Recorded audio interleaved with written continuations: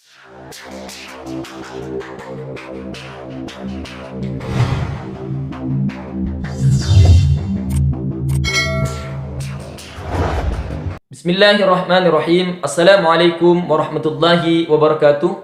Alhamdulillah, wassalatu wassalamu ala Rasulillah Muhammad ibn Abdullah wa ala alihi wa sahbihi wa man tabi'ahu bida'watihi wa man wala ma ba'du. Segala puja dan puji syukur tetap kita haturkan kepada Allah Subhanahu wa taala, yang mana dengan berkat limpahan rahmatnya serta nikmatnya sehingga kita masih diberikan kesempatan hidup oleh Allah Subhanahu wa taala untuk selalu senantiasa memohon ridha serta rahmat serta ampunan dari Allah Subhanahu wa taala. Karenanya wajib kita bersyukur dengan mengungkapkan kalimat alhamdulillahi rabbil alamin. Sebetulnya syukur itu tidak hanya cukup dari lisan. Kita harus mensyukuri segala nikmat yang telah diberikan oleh Allah Subhanahu wa taala tersebut, yakni harus digunakan kepada perkara-perkara yang baik. Tangan misalnya, Allah berikan nikmat tangan, ya, banyak makhluk yang kemudian Allah tidak kasih tangan, artinya buntung, tidak dikasih tangan. Karenanya kita masih diberikan tangan oleh Allah Subhanahu wa taala. Bagaimana cara mensyukurinya? Yaitu dengan menggunakan kepada perkara-perkara yang baik. Tidak boleh mencuri, tidak boleh mengambil yang bukan haknya. Kemudian pun demikian dengan mata, demikian dengan lisan. Allah berikan nikmat berupa mata, berupa lisan, berupa telinga. Itu semuanya harus kita syukuri dengan menggunakan perkara semua yang Allah berikan ini kepada yang perkara yang baik, perkara yang maslahah. Lisan tidak boleh menghina, tidak boleh mencerca, tidak boleh mencaci maki, tidak boleh menggibah. Pun demikian dengan telinga, tidak boleh mendengarkan hal-hal buruk. Sehingga kalau itu kita praktekkan, rahmat dari Allah mudah untuk kita raih. Karenanya kata saya tadi, tidak hanya cukup bersyukur dengan lisan. Karenanya kita syukuri segala bentuk nikmat yang telah Allah Subhanahu wa taala berikan terhadap kita, kita gunakan terhadap perkara-perkara yang baik. Kemudian kalimat Allahumma sholli ala Muhammad wa ala ali sayyidina wa ala Muhammad tetap kita haturkan kepada sang reformasi dunia, yang dengan diutusnya beliau di beberapa abad yang silam, sehingga kita bisa tahu cara menggunakan mata sebenarnya. Pun demikian dengan lisan, demikian dengan telinga, demikian dengan tangan, kita tahu semuanya cara menggunakan. Itu salah satunya adalah bentuk perjuangan Nabi Muhammad SAW beserta para sahabatnya, sehingga risalahnya sampai kepada kita. Bagaimana cara menggunakan tangan dengan tepat, ya, sehingga tidak menyakiti orang lain, sehingga tidak melukai orang lain. Bagaimana cara menjaga lisan dengan tepat, sehingga tidak membicarakan kejelekan orang lain, ya. Itu semuanya risalahnya dibawa oleh Nabi Muhammad SAW sehingga sampai kepada kita, yang pada sejatinya Nabi Muhammad SAW diutus di tempat yang sangat begitu jauh dari Indonesia, ya, dari Indonesia di Timur Tengah, tepatnya di Arab Saudi. Sehingga walaupun jarak tersebut sangat begitu jauh, qadrat Allah, takdir Allah, sehingga kita bisa merasakan perjuangan beliau walaupun perjuangan tersebut dilakukan di tempat yang berbeda, artinya jauh, sehingga risalahnya sampai kepada kita. Karenanya wajib kita bersolawat kepada Nabi Muhammad SAW dengan ungkapan kalimat Allahumma sholli ala Muhammad wa ala ali sayyidina wa ala Muhammad. Semoga risalah yang beliau bawa untuk umatnya sampai semuanya kepada kita, sehingga kita bisa menjadi makhluk yang semakin baik ke depannya. Amin amin ya rabbal alamin.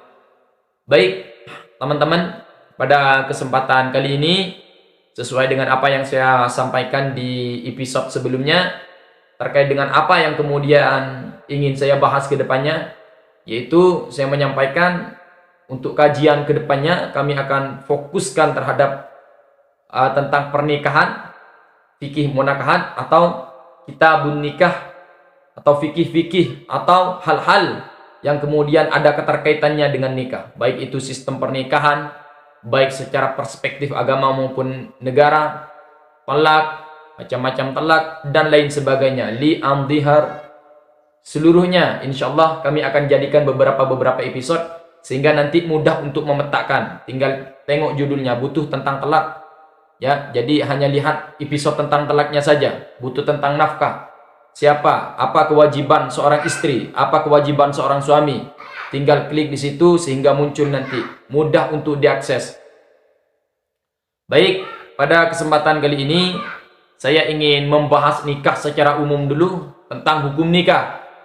Sehingga kedepannya kalau paham tentang apa itu nikah, kedepannya insya Allah tidak akan ribet, artinya mudah untuk dimengerti. Karena ini yang saya pelajari di kampus saya, kami belajar tentang hukum keluarga Islam karena jurusan saya HKI, ya. Baik teman-teman, kami juga belajar di situ tentang nikah perspektif agama maupun negara, ya. Sehingga alhamdulillah, walaupun tidak banyak ilmu yang dapat saya dapat, ya, walaupun tidak banyak ilmu yang saya dapatkan, walaupun sedikit, ya, saya akan sampaikan sesuai dengan apa yang saya pelajari dan yang saya ketahui. Karenanya sebagaimana sabda baginda Nabi Muhammad SAW sering saya sampaikan, balighu anni walau ayat, sampaikan walaupun satu ayat, karena dengan satu ayat tersebut bisa berubah, ya, bisa menjadi hal-hal yang banyak, satu tambah satu akhirnya semakin banyak, sama sedikit demi sedikit lama-lama akan menjadi bukit, bukit tambah bukit akan menjadi gunung, kan seperti itu. Baik teman-teman, hukum asal apa itu nikah? Nikah itu nakahah, atau sesuatu yang berkumpul, ya, ad-dhamm wal jam'u, yaitu sesuatu yang berkumpul. Kenapa kok dinamakan sesuatu yang berkumpul?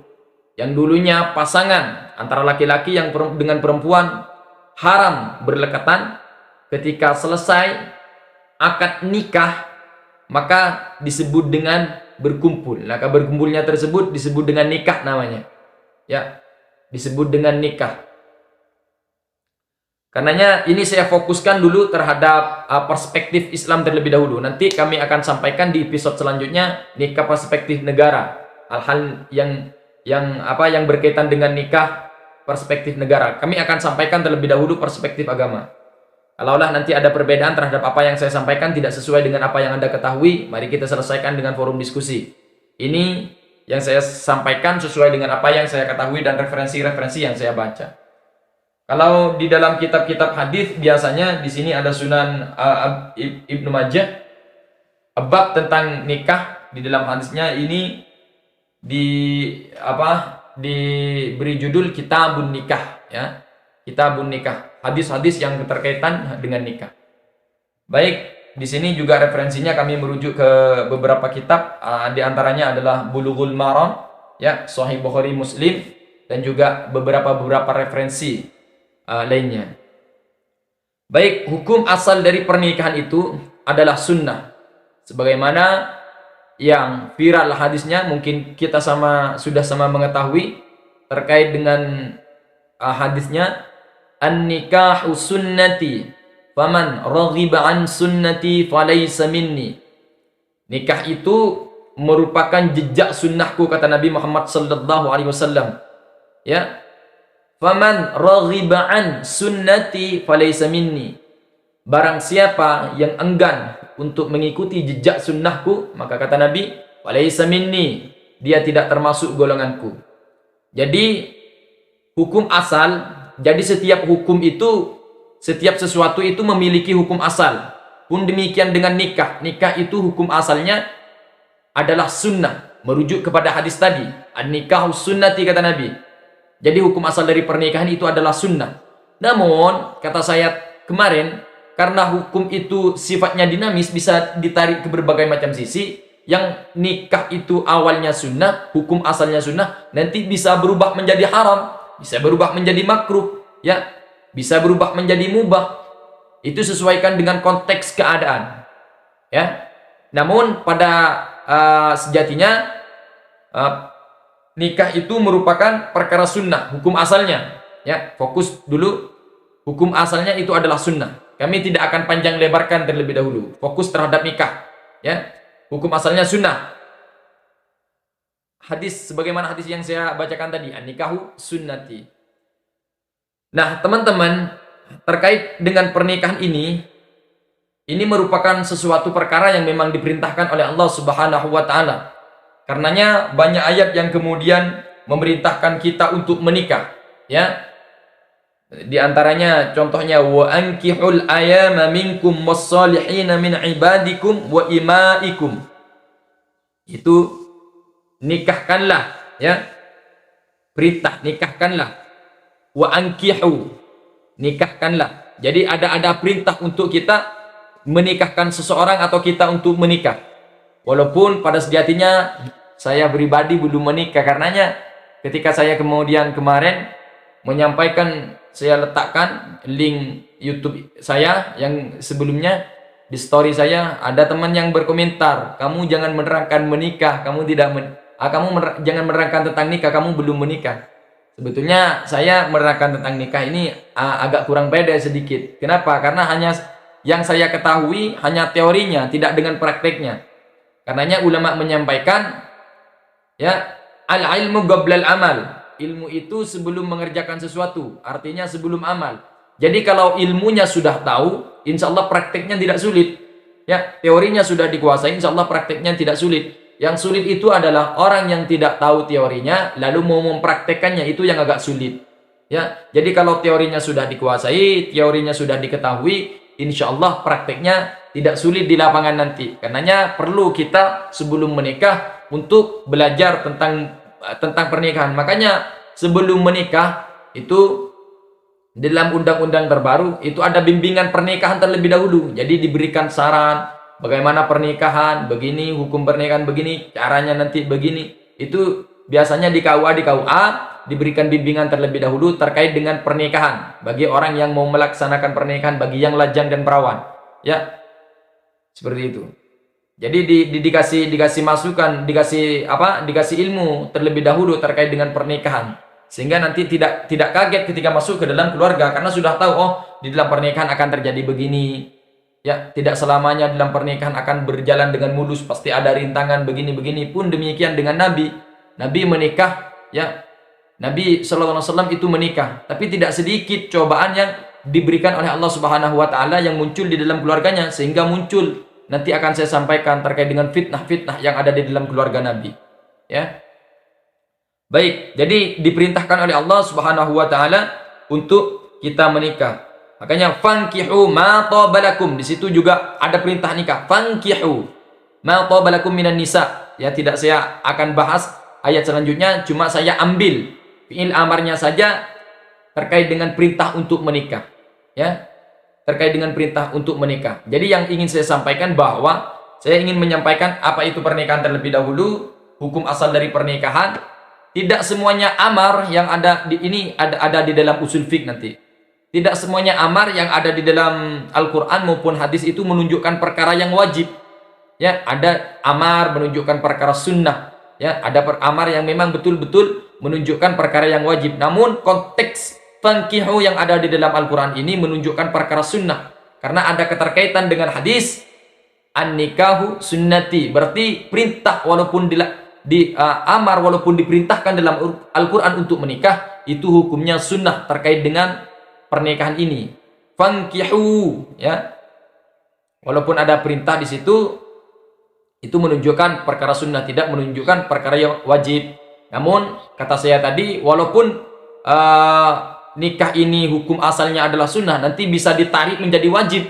Bagi siapa? Bagi titik-titik akan diterangkan di episode selanjutnya nanti. Tunggu saja di episode yang selanjutnya. Termasuk nanti cara bagaimana memilih seorang perempuan, ya, cara bagaimana memilih seorang laki-laki di dalam Islam, seperti apa perintah Nabi, seperti apa perintah Al-Qur'annya, seperti apa perintah ulama untuk memilih pasangan yang tepat supaya bisa menjadi partner yang hidup, supaya menjadi partner yang baik di dalam kehidupan kita. Itu ada nanti, ya, itu ada perintahnya dari Nabi, perempuan seperti apa yang harus dipilih, dari ulama laki-laki seperti apa yang harus dipilih, itu ada nanti, dan kami akan sampaikan di episode selanjutnya.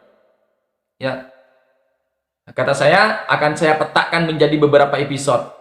Ya, namun saya tidak hanya fokuskan terhadap kajian tentang pernikahan, nanti mungkin ada kajian-kajian yang lain untuk diselingkan. Ya, jadi ada selingan-selingan kajian sehingga tidak menonton hanya membahas terkait dengan pernikahan saja. Baik teman-teman, jadi sudah jelas terkait dengan perintah yang ada di dalam Al-Quran. Perintah untuk menikah itu tidak menunjukkan wajib, akan tetapi menunjukkan sunnah. Karenanya Allah berfirman tujuan dari pernikahan tersebut sebetulnya, kenapa kok saya membahas tentang pernikahan? Karena pada sejatinya pernikahan itu akan mendatangkan ketenangan bagi seseorang. Ya, bagi seseorang. Itu teori yang kami pelajari dan sesuai dengan dalil, sesuai dengan teks Al-Qur'an sebagaimana firman Allah. A'udzubillahi minasyaitonirrajim. Bismillahirrahmanirrahim. Wa min ayatihi an khalaqalakum min anfusikum azwaja litaskunu ilaiha wa ja'ala bainakum mawaddatan wa rahmah. Ya, dan termasuk dari tanda-tanda kebesaran Allah, tanda-tanda ayat-ayat Allah itu, ya, dialah yang menciptakan pasangan terhadap diri kita. Tujuannya apa? Litaskunu, agar kalian itu sakinah. Sakinah itu tenang. Makanya di dalam harkat itu ada harkat fathah. A, ada harkat fathah. A terbuka, fathah terbuka. A, ada kasrah. I, kasrah, sesuatu yang pecah. I, ya. I, kasartuz zujaj, saya memecahkan kaca. Kasrah, pecah. Ya, ada dhamma, dhamma yudhummu, dhamma sesuatu yang berkumpul. U misalnya. U, apa, sukun. Sukun itu biasanya harkatnya begini, kalau tidak begini begini. Ya, itu harkat sukun. Apa mau dibaca apa? Sukun, tenang aja, enggak ada bacaannya. Ada alif misalnya, harkatnya sukun, itu nggak bisa dibaca. Tenang aja, nggak usah dibaca. Itu sakinah namanya, ketenangan. Ya, jadi fungsi pernikahan itu untuk mendatangkan ketenangan. Dengan cara waja'ala bainakum mawaddatan wa rahmah. Dengan diimplementasikan mawaddah wa rahmah di dalam keluarga, maka akan muncul yang namanya sakinah. Ya, mawaddah itu sesuatu perhatian yang dimunculkan oleh fisik.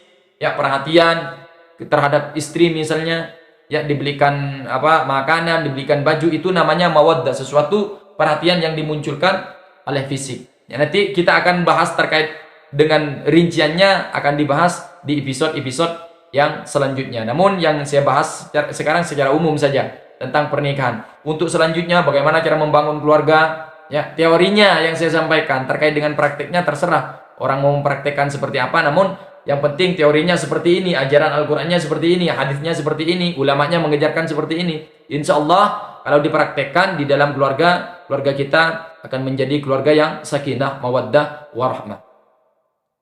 Karena banyak juga terkait dengan guru-guru yang menyampaikan kepada saya terkait dengan konsep ini, ternyata ketika dipraktekkan betul-betul ini mendatangkan sakinah. Perkara-perkara yang baik yang telah diinstruksikan oleh Al-Qur'an, yang telah diinstruksikan oleh hadis, ketika dipraktikkan di dalam keluarga terkait dengan perintah baik yang kemudian ada dalam Al-Quran hadis, ketika dipraktikkan dalam keluarga itu ternyata akan mendatangkan kebahagiaan yang betul-betul bahagia di dalam rumah tangga. Jadi seperti itu.